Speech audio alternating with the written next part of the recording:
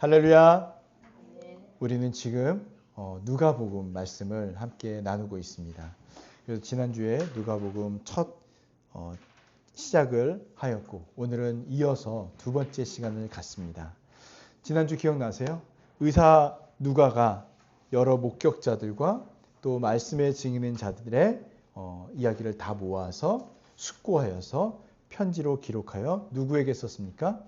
데오빌로 각하에게 편지를 쓴 내용들입니다. 그 목적은 무엇이었습니까? 이미 알고 있는 바를 더 확실하게 하기 위함이다 라고 했습니다. 그러니 우리가 이제 성경을 봐야 된 이유가 우리도 이미 다 알고 있지만 우리가 알고 있는 바를 어떻게 해요?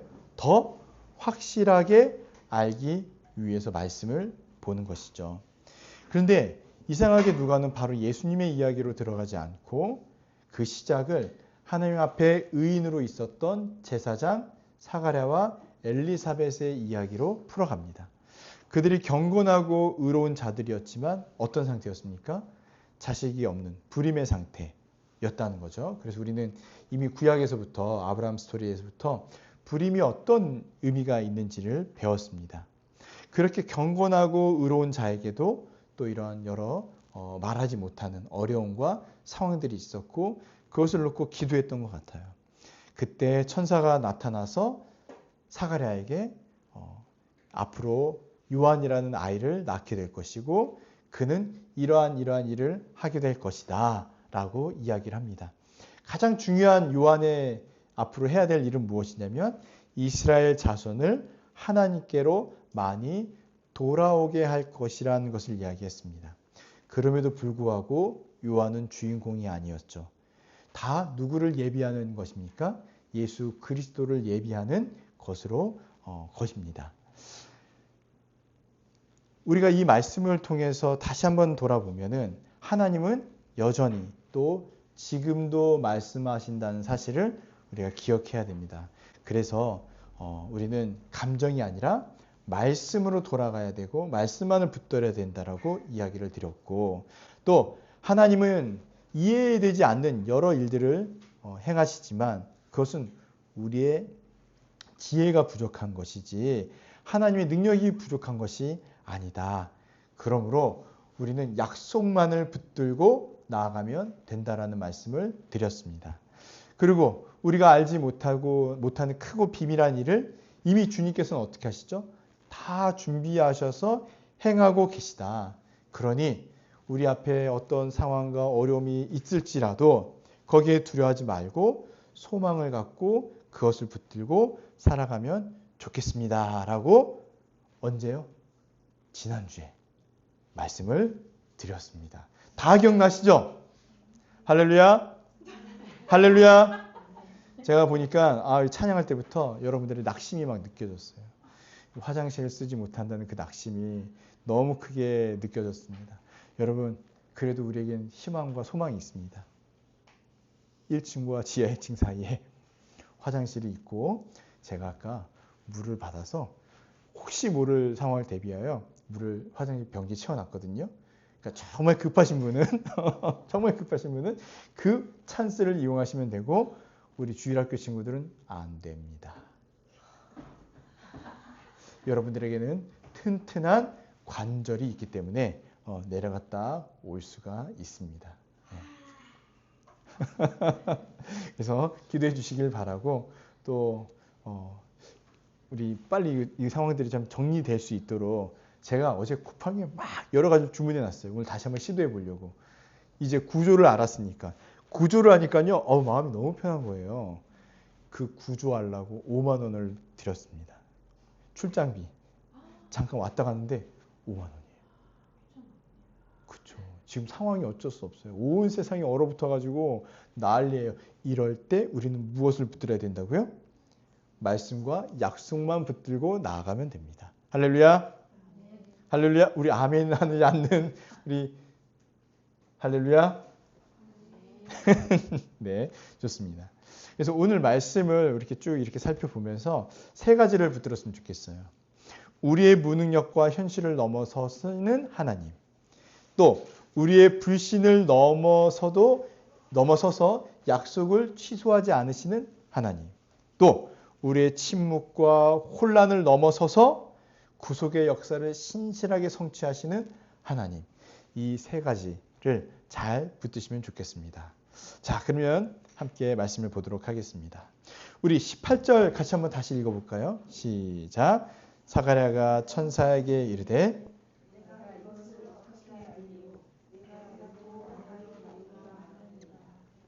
아멘.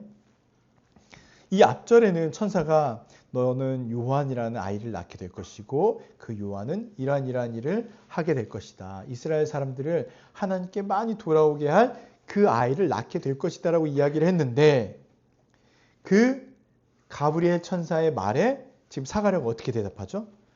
내가 그걸 어떻게 압니까? 이렇게 얘기하는 거예요. 왜요? 지금 나도 나이가 많고 아내도 나이가 많습니다. 이거 누가 했던 이야기 같죠? 예, 아브라함과 사라가 했던 그 말 그대로인 것 같아요. 아니 어떻게 그것이 가능하겠습니까? 그런데 참 인간이 간사하면서도 연약한 게 그러면서도 뭐하고 있어요? 사가랴가? 기도하고 있었잖아요. 그런데 하나님이 딱 나타나서 이제 아이를 줄게 라고 했더니 아니 어떻게 그것이 가능하겠습니까? 라고 얘기하는 것. 그가 의로운 제사장이고 경건한 제사장이었음에도 불구하고 또 이런 연약한 모습들을 보이는 겁니다. 하나님의 약속을요, 어떤 자신의 그 현실의 상황과 기준, 그 인간의 그 상상력을 벗어나지 못하는 거예요. 이게 어쩔 수 없는 우리입니다. 그래서 거기 안에 하나님의 말씀을 껴넣으니까 어때요? 이게 안 맞는 거예요. 그러니 믿어집니까? 믿어지지도 않고 받아들여지지도 않는 거죠. 어떻게 알리오? 이거는요, 증거를 요구하는 불신의 질문이라고 합니다. 어떻게 그걸 알겠습니까? 보여주십시오. 뭐 이런 거예요, 이런 거. 이유로 얘기한 건 내가 나이도 많고 아내도 나이가 많기 때문입니다. 요즘은 뭐 기술이 발달하고 과학이 발달해서 어느 정도 나이가 있더라도 가능하지만 그 당시에는 어땠을까요? 평균 연령도 적고 나이가 조금만 들어도 아마 아이를 못 낳는 그런 상황이 맞았을 거예요. 그래서 그 주변에 누구도 아이를 가질 수 없을 거라는 확신이 들 수 있는 나이였을 겁니다. 그러니 경건하고 의로운 제사장이었겠지만 사가랴도 무슨 말도 안 되는 소리를 하십니까? 이런 반응이 나왔을 것입니다. 근데 생각해 보면 우리 인간들은 대부분 하나님의 말씀을요, 그대로 받지 못하는 존재인 것 같아요. 하나님께서 말씀하셨을 때 성경에 대부분 보세요. 다 반응이 어떻습니까? 그것을 불신하죠. 그러니까 불신이라는 건 뭐냐면 믿지 못하는 거예요. 믿지 못하는 거. 그거를 의도적으로 안 믿겠습니다라고 말하는 존재도 있지만 대부분 어떤 상황이냐면 아니 그게 말이 됩니까? 아니 그게 이해가 됩니까? 라는 상황에서 하나님은 많은 말씀을 하십니다. 그러니 우리도 마찬가지인 거예요. 믿음은 그래서 상황이 아니라 하나님의 말씀의 근거를 둬야 된다는 것도 알지만 그것을 쉽게 받아들이지 못하는 거죠. 그래서 칼빈이 이런 얘기를 했습니다. 믿음은 하나님의 진실하심에 자신을 전적으로 맡기는 것이다. 전적으로 맡기는 것이다. 그러니까 믿음이라는 건 뭐죠? 믿음은 내 안에 내 것이 아니라 하나님의 것을 그대로 바라보고 그것을 가지고 오는 것이에요. 그걸 가지고 오면 나라는 것에 맞추기가 어려워요. 나라는 마음의 모양은 삼각형인데 하나님은 원이에요. 원. 하나님의 말씀은 원이에요. 약속은. 그것을 가지고 오면은 어떻게 되죠? 이게 맞나요? 삼각형과 원이 맞나요? 안 맞겠죠. 그러니까 그것을 뿌겨서 그 삼각형 안에 넣던가 아니면 어떻게 해요? 그냥 삼각형 모양대로만 받던가 하는 게 우리라는 거예요. 그런데 성경에서 얘기하는 오늘 사가랴의 상황에서 하나님께서 요구하시는 것은 무엇이죠? 그래, 네 마음, 네 분량대로만 받으라는 게 아니라 어떤 걸 받으라고요? 하나님의 말씀 그대로 그 약속을 받아라 라고 지금 말씀하시는 겁니다. 그래서 하나님은요, 우리의 무능력함, 또 불가능한 상황들, 또 끊어진 것 같은 그 소망 위에서도 그분의 뜻을, 그분의 약속을 반드시 성취하시는 분임을 잊지 말고 기억해라 라는 말씀을 우리에게 주시는 겁니다. 누구처럼요? 아브라함과 사라와 같은 그런 상황을 이해하고 받아들여서 지금 사가랴 너와 너에게도 똑같이 적용할 것이다 라는 것이죠.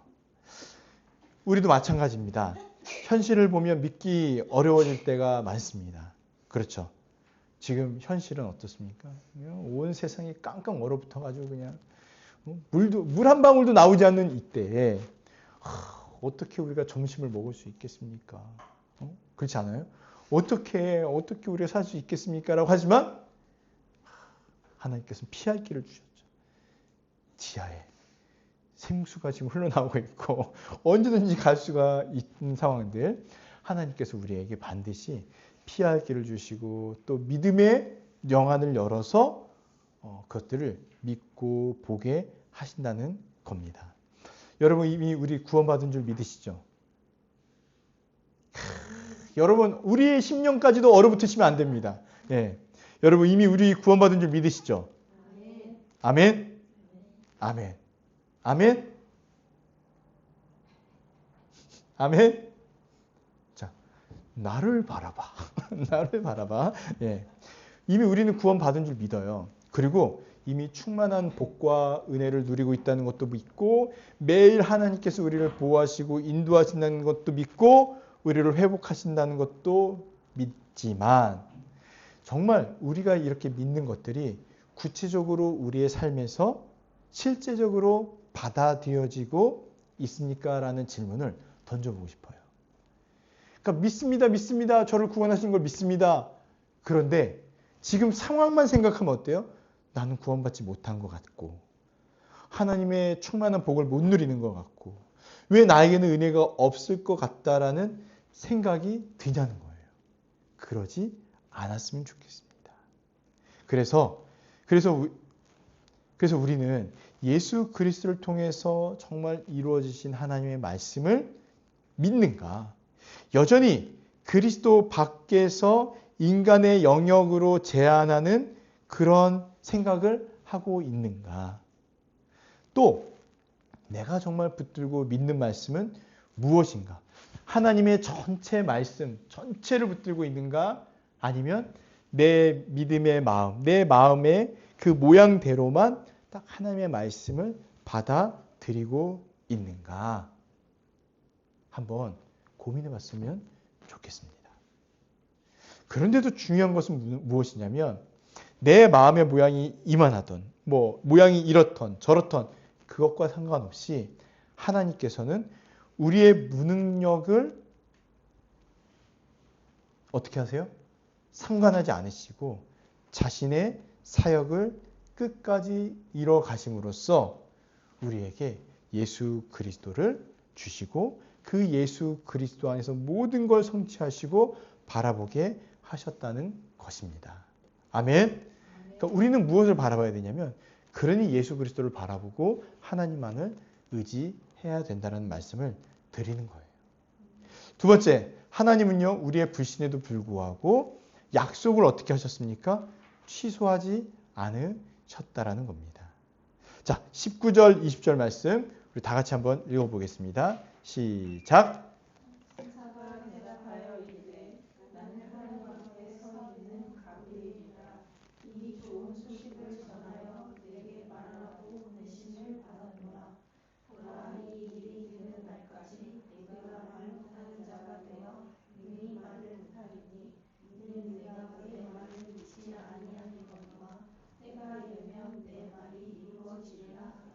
아멘. 아니 사가랴가 지금 어디서 나타났어요? 지금 성전 안에서 나타난 거잖아요. 성전에 기도하고 분향하고 있는데 거기에 나타났으니 얼마나 이 위압감이 있고 정말 그 거룩한 존재겠습니까?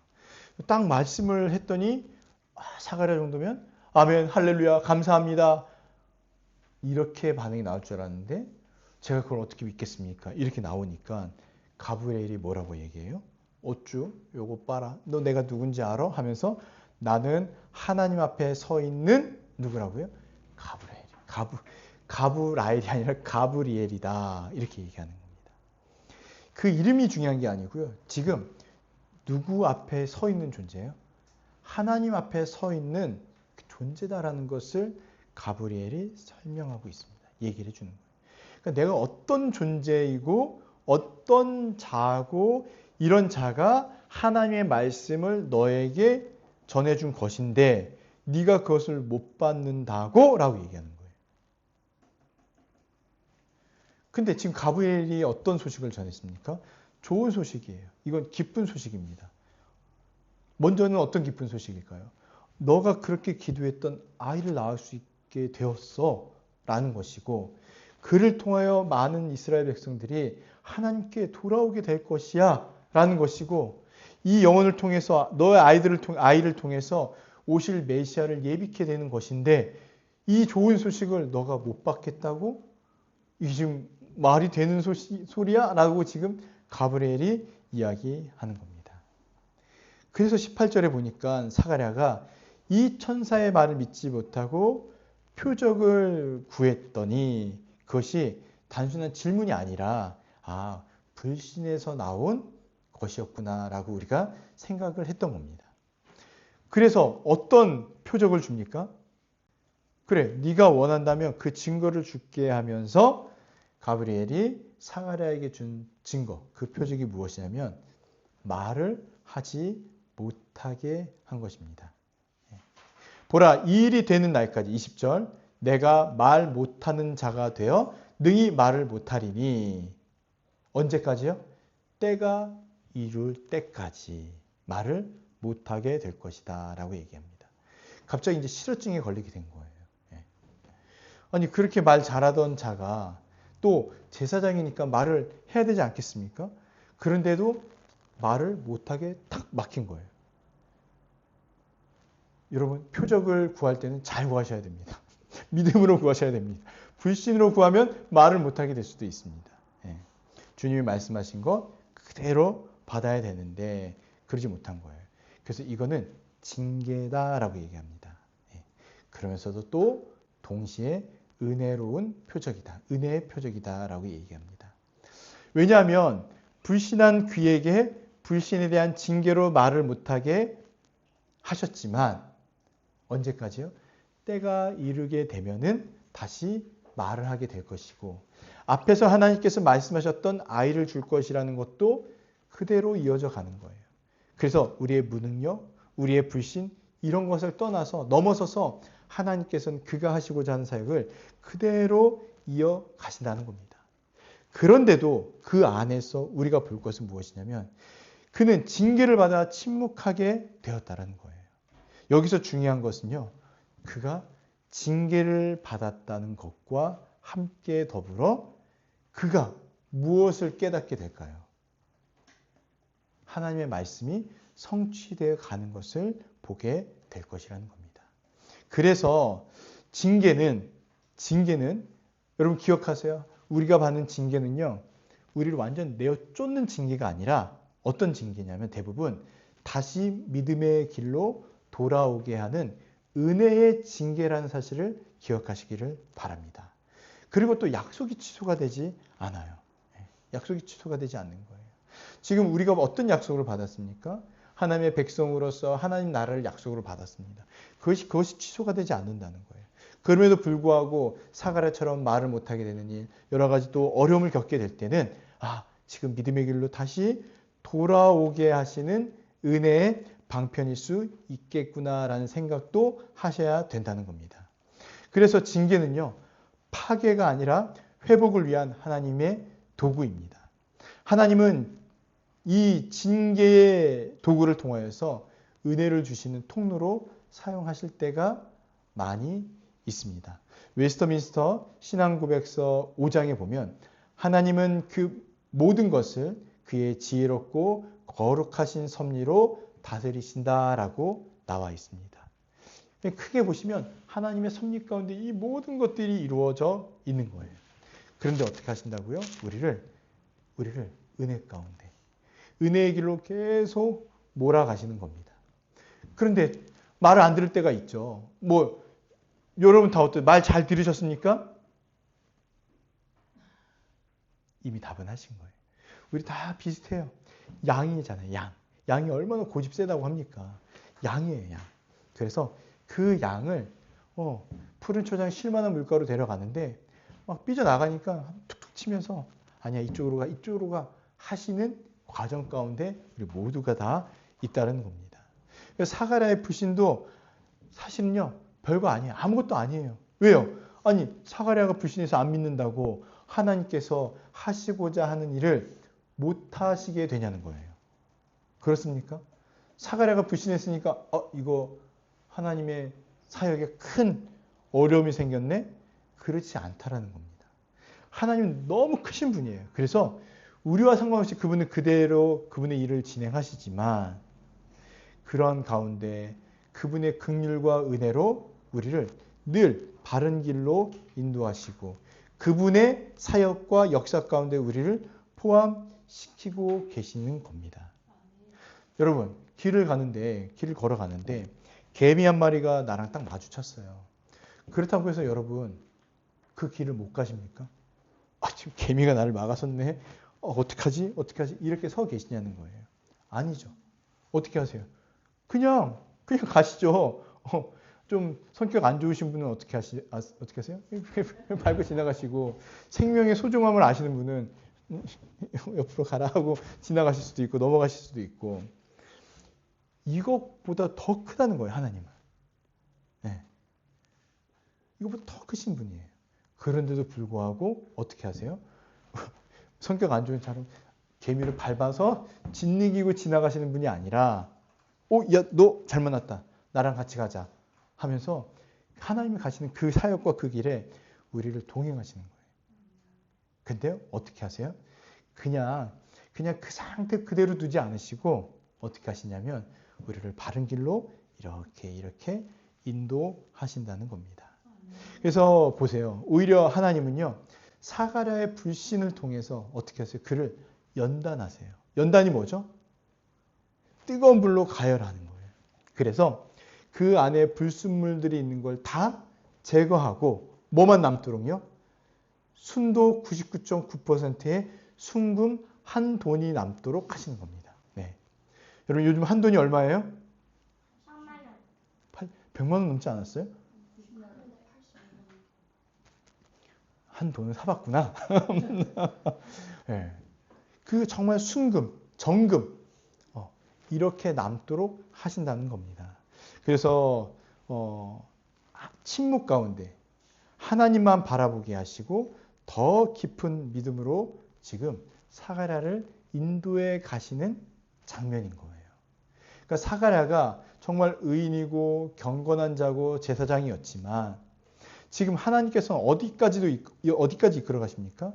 그가 참으로 하나님만을 신실하게 의지하고 살아갈 수 있도록 정말 거기까지 이끌어 가시는 겁니다. 왜 그럴까요? 그래야 지금 이 앞으로 태어날 요한을 무엇으로 키울 수 있습니까? 나시린처럼 키우고 그가 걸어갈 그 길에 대해서 어렸을 때부터 어떤 마음을요? 너는 하나님이 택한 자녀야. 너가 살아갈 길은 이러한 길이야. 너에게는 이러한 메시지를 사명을 주셨어라고 말씀을 하실 거예요. 아니 욕심이 생기지 않겠어요? 정말 나이 많아서 아이가 하나 생겼는데 공부도 너무 잘해요. 키도 크고 와 너무 잘났어. 가죽 옷만 입고 석청만 먹어도요 거의 누구예요? 차은우급이에요. 거의 BTS급이에요. 그런 아이를 광야로 가라고 하시겠냐고. 광야 학교로. 어디 학교로요? 야, 너 서울대 좀 가보고. 그런 능력이 있으니까. 아유, 너 좀 모델 좀 해보고. 너 음반 낼 생각 없냐? 광야에서 노래하지 말고. 너 음반 좀 낼 생각 없냐? 아마 부모가 이런 마음이 있었더라면 이 자식을 어렸을 때 계속 어디로요? 세상에서 성공하고 성취하는 그 길로 계속 내몰았을 수도 있어요. 그런데 사가랴는요. 아마 이 일을 통해서 말을 못하게 하는 이 침묵의 시간을 통해서 분명히 알았을 거예요. 아, 이거는 하나님의 메시지구나. 그러니 이 사가랴와 엘리사벳은 어떻게 키워요? 아이를 정말 천사가 준 메시지 그대로 키웠을 것입니다. 예. 성도라는 이름 아래에 우리에게 좋은 소식을 주시는 하나님께서 우리에게 또 주신 건 무엇이냐면요. 믿을 수 있도록 도우시는 은혜를 주셨습니다. 이 저와 여러분에게 있는 은혜겠죠. 믿음이 없는 상태에 있을지라도 하나님께서는 그것을 회복시키시고 우리를 통해서 이끌어 가시는 거예요. 지금 혹시 말을 못하는 상황, 침묵의 상황, 또 뭔가 막혀 있고 뭔가 끊어진 이런 상황에 있다면 어쩌면 징계일 수도 있습니다. 그러나 여러분 믿으시길 바라는 건 무엇이냐면 그 징계조차도 우리 주 예수 그리스도 안에서 우리를 어디로 이끄세요? 믿음으로 이끄시고 생명으로 이끄시고 구속의 섭리로 이끄시고 복으로 이끄시고 은혜로 이끄시는 통로임을 기억하시기를 바랍니다. 그래서 저도 여러분도 다 광야에 있는 존재 아닙니까? 그렇죠. 우리는 다 광야에 있죠. 그러니 믿음이 흔들리고 또 없는 것처럼 느껴질 때가 있을지라도 서로 격려하면서 우리 주 예수 그리스도가 늘 동행하고 있다는 것. 또 아버지께서 섭리로 우리를 이끄시고 우리를 불러주셨음을 믿고 은혜 가운데 함께 걸어가시기를 바랍니다. 세 번째, 하나님은요, 침묵과 혼란을 넘어서 구속의 역사를 성취하시는 분이십니다. 우리 21절에서 25절까지 같이 한번 읽어보겠습니다. 시작. 백성들이 사가랴를 기다리며 그가 성전 안에서 지체 않을 이상이 없다. 그가 나와서 그들에게 말을 못하니 백성들이 그가 성전 안에서 환상을 본 줄 알았더라. 그가 원짓으로 뜻을 출시하며 그냥 말 못하는 대로 있더니 그 징후의 날이 다 되매 집으로 돌아가니. 예, 여기까지 한번 읽어볼게요. 지금 어떤 상황이냐면 사가랴가 분명히 들어갔는데 나오질 않는 거예요. 지금 어디 들어갔냐면 성소에 들어갔잖아요. 근데 나오지 않으니 밖에서 기도하는 백성들이 이거 무슨 일이 벌어졌나 보다. 무슨 일이 벌어졌나 보다. 이렇게 생각을 했는데 백성들도 어떻게 알아요? 그가 지금 말을 못하는 것을 보니까 성전 안에서 무엇을 본 줄로 아는 거예요? 환상을 봤나 보다. 그가 막 설명을 했겠죠. 막 이렇게 막 설명을 했겠죠. 지금 수화를 배운 것도 아니니까. 그래서 그걸 보면서 뭔가 있었구나. 환상을 봤구나. 이렇게 생각을 했을 거라는 거예요. 근데 왜 성경은 이 이야기를 굳이 성경에 넣어놨을까요? 이 이야기 가운데. 그냥 넘어가도 되잖아요. 말을 못하는구나. 집에 갔더니 엘리사벳 앞에서 설명하고 엘리사벳은 잉태하고 바로 넘어갔어도 되는데 굳이 넣은 이유가 무엇이었을까? 이것은요. 앞으로 태어날 세례 요한이 어떤 존재인지를 백성들과 모두에게 각인시키는 거예요. 앞으로 봐봐요. 지금 사가랴가 들어갔는데 말을 못하고 환상을 보고 천사를 만나서 나왔어요. 그런데 바로 이어지는 게 무엇이냐면 엘리사벳이 잉태했다는 겁니다.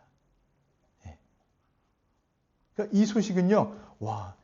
이 아이는 뭔가 특별한 아이구나라는 것을 지금 모두에게 예고편처럼 각인시키고 있는 거예요.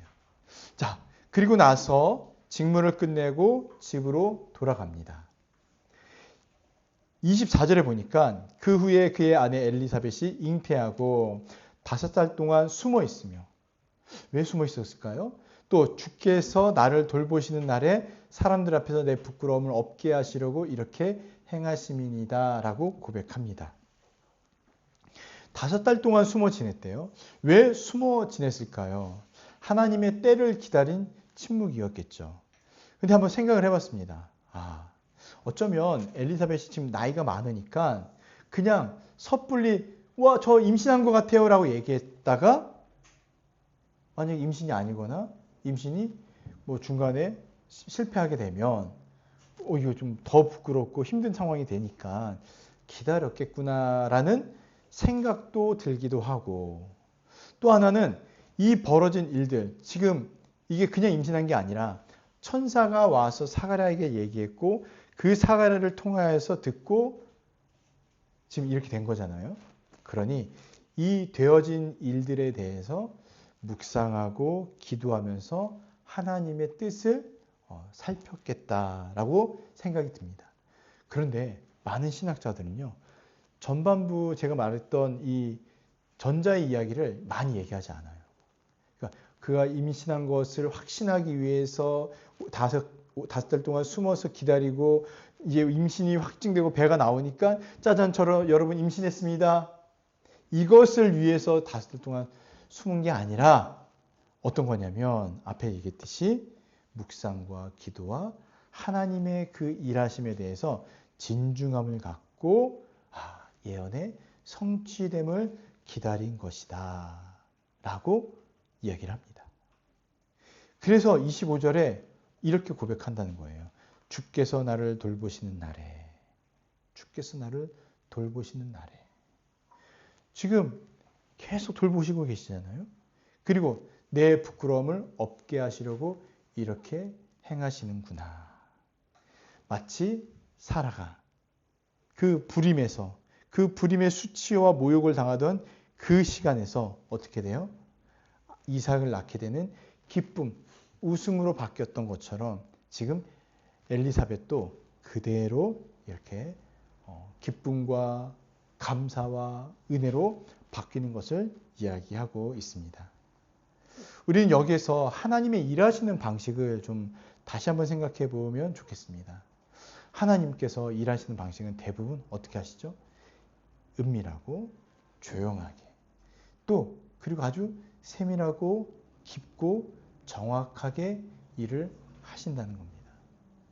우리는 일하는 게 좀 미숙하죠. 근데 하나님은 다르시다는 거예요.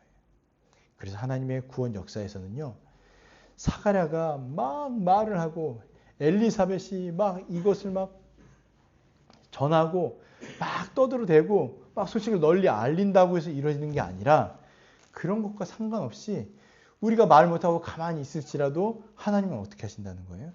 구속의 역사를 계속 그냥 이끌어 가시는 거예요. 예. 하나님의 섭리 앞에서 오히려 우리는요, 그냥 침묵하고 그가 일하시는 것을 바라볼 뿐입니다.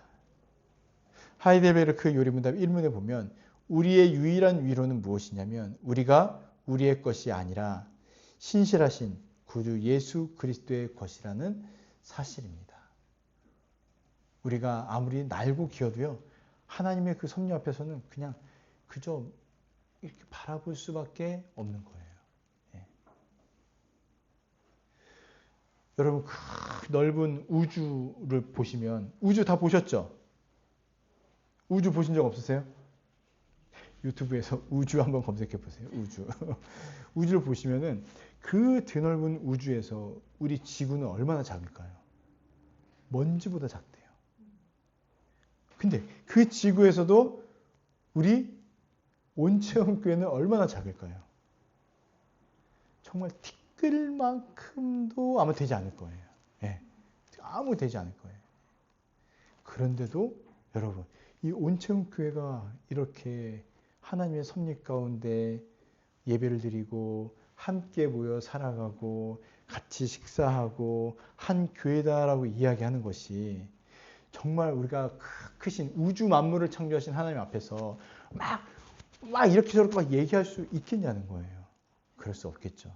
그냥 하나님 앞에서 하나님께서 운행하시고 이끌어 가시는 것을 그냥 바라보면서 감사하고 찬양할 수밖에 없을 것입니다.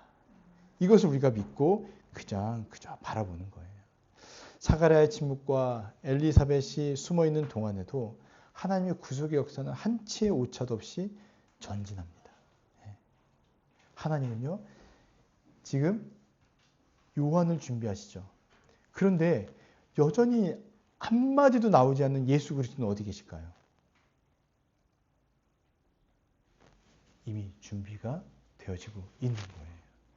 그래서 나중에 뒷장에 가시면은 이 뱃속에 있는 요한과 뱃속에 있는 예수님이 만났을 때 어떻게 돼요?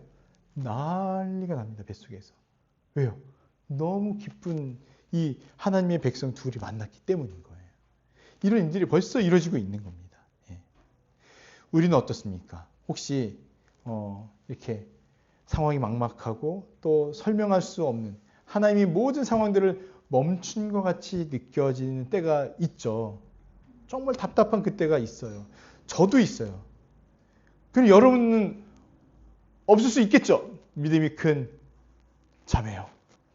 없을 수가 있겠죠. 그럴 수도 있습니다. 그런데 보니까 대부분 있어요. 대부분 있어요. 그러나 성경은 단 한 번도 침묵하거나 멈추셨다. 하나님이 멈추셨다. 이렇게 말씀하신 적은 없습니다. 주님이 일하고 계신다. 하나님은 행하시니까 우리는 그저 순종하며 따라가고 동참할 뿐임을 기억하시기를 바랍니다. 존 버년이라는 분이 계세요. 청교도 분이신데 영국 출생이십니다. 이분이요, 말씀을 전하다가 뭐 대단한 분도 아니에요. 그냥 평신도에게 말씀을 전하고 직업이 땜장이었대요. 땜장이. 땜장이가 정확히 뭔지 모르겠지만 땜장이었어요. 오늘날로 얘기하면 지금 우리에게 굉장히 필요한 배관공, 슈퍼마리오 이런 사람이었겠죠. 예, 그런 분이 은혜를 받아서 말씀을 전하는 거예요. 학식이 높고 이런 분이 아니니까 그냥 평신도에게 교회를 다니면서 막 복음을 전하는 그 당시에는 그런 분이었는데 영국 국교회가 있잖아요. 거기에 반기를 들었다고 감옥에 가둔 거예요. 설교하지 말라고. 그래서 12년 동안 감옥에 있었습니다. 여러분 이런 추위에 그 당시에는 보일러를 떼주거나 이런 것도 없었잖아요. 12년 동안 감옥에 있는 거예요. 설교하지 말고 입 닥치고 그냥 감옥에 있어 하면서. 그러니까 지금 어떤 상황이에요? 사가랴처럼 말을 못하게 된 상황이에요. 근데 이 사람이, 이 존 버년이 감옥에서 무엇을 했냐면요. 골방기도. 정말 기도했어요. 근데 여러분 생각해 보세요. 기도하고 뭐가 성취되는 일은 막 이렇게 나와야 기도할 맛도 나고 뭔가 힘있게 막 사역을 해 나갈 텐데 어때요? 기도했는데도 감옥. 기도했는데도 감옥. 이게 몇 년 동안이요? 12년 동안이에요. 그냥 기도하는 것밖에 없습니다. 기도하는 거. 그러면서 그가 뭘 했냐면 설교할 수 없으니까 책을 썼어요. 이야기를 썼어요. 그게 철로역정입니다. 철로역정. 여러분 철로역정 다 읽어보셨어요? 혹시? 네, 다 안 읽었다 가정하고 철로역정 한번 읽어보세요. 아니면 유튜브에서라도 그 요약본을 이렇게 쭉 한번 보세요. 얼마나 재밌는지 몰라요. 그리고 이야기 하나하나, 그 마디 하나하나마다 성경에서 얘기하는 진리들, 그 예수 그리스도의 십자가 복음이 곳곳에 다 녹아져 있습니다. 얼마나 재밌는지 몰라요. 네. 이 이야기를 쓴 거예요. 이거는요, 그 대표적인 고전 문학이, 고전 소설입니다. 그래서 수백 년이 흘러간 지금도 그 책은 오늘날 우리들에게 많은 깨우침과 깨달음을 주고 우리 신앙의 길라잡이로 아직도 여전히 읽혀지고 있는 고전 책이에요. 하나님께서는 그를 침묵의 상황 가운데 두셨지만 그 침묵의 상황에서 그는요, 아무것도 안 하고 그냥 멈춰 있었던 게 아니에요. 그 상황에서도 하나님의 일하심을 믿고 하나님께서 구속사를 펼쳐가시는 걸 믿고 그것을 그 안에서라도 뭔가 해갔다라는 겁니다. 때로는 나의 손발이 묶여 있는 것 같을 때가 있죠. 나를 광야로 내모실까? 왜 나를 광야로 내모실까? 왜 아무것도 할 수 없는 상황을 만드실까? 저도 진짜 그런 상황이 있었어요. 설교도 못하고 강의도 못하고 아무것도 못하는 그런 상황에서 그냥 눈물만 흐르는 거예요. 왜 이런 상황에 나를 두셨을까? 어쩌면 숨조차도 편하게 못 쉬는 그런 상황들이 되면 이런 생각들이 들겠죠. 그런데 그런 상황과 그런 때라도 우리는 해야 될 일을 그냥 하는 겁니다. 우리가 해야 될 일이 뭘까요? 저는 말씀 연구하고 말씀 준비하고 설교하고 찬양하고 기도하고 여러분들은요. 예배드리고 기도하고 또 같이 식사하고 식사 준비도 하시고 정리도 하고 함께 성경도 보고 교제하고 이따가 저랑 같이 이 꽁꽁 얼어 있는 이 세상을 누기로 가고 저만 하면 됩니다. 그렇게 하고 그냥 그렇게 지내시면 되는 거예요. 그러면 우리는 별거 아닌 것 같고 우리는 그 안에서 바둥바둥 아둥바둥 하는 것 같겠지만 주님께서는 이것을 통해서 주님의 역사를 이끌어 가신다는 사실을 믿으시길 바랍니다. 아멘. 아멘. 정말로 여러분 믿으셨으면 좋겠어요. 그리고 여러분들이 지금 아무것도 안 하고 있는 게 정말 아니라는 생각을 마음 깊이 누리셨으면 좋겠어요. 우리 청년팀도 마찬가지예요. 저희 뭐 별거 하는 거 없는데요? 아니요. 여러분들 함께 예배드리고 또 기도하고 기도 제목 보면서 누굴 생각하고 누가 왔을 때 맞이해주고 하는 것들이 정말 지금 저기 먼 곳에서 저 여기저기에서 지금 복음을 전하고 생명이 살아나고 꽃이 피고 열매를 맺고 있다는 것을 믿으시기를 바랍니다. 그래서 결론으로 말씀을 드리면 우리는 할 수 없지만 하나님은 하셨고 우리는 믿지 못했지만 하나님은 신실하셨고 우리는 침묵하고 있지만 하나님께서는 자신의 구원 사역을 전진시키셨다는 겁니다. 그래서 이 모든 것이 예수 그리스도 안에서 성취되었음을 믿고 살아가시는 저와 여러분들이 되시기를 바랍니다. 할렐루야! 함께 기도하겠습니다.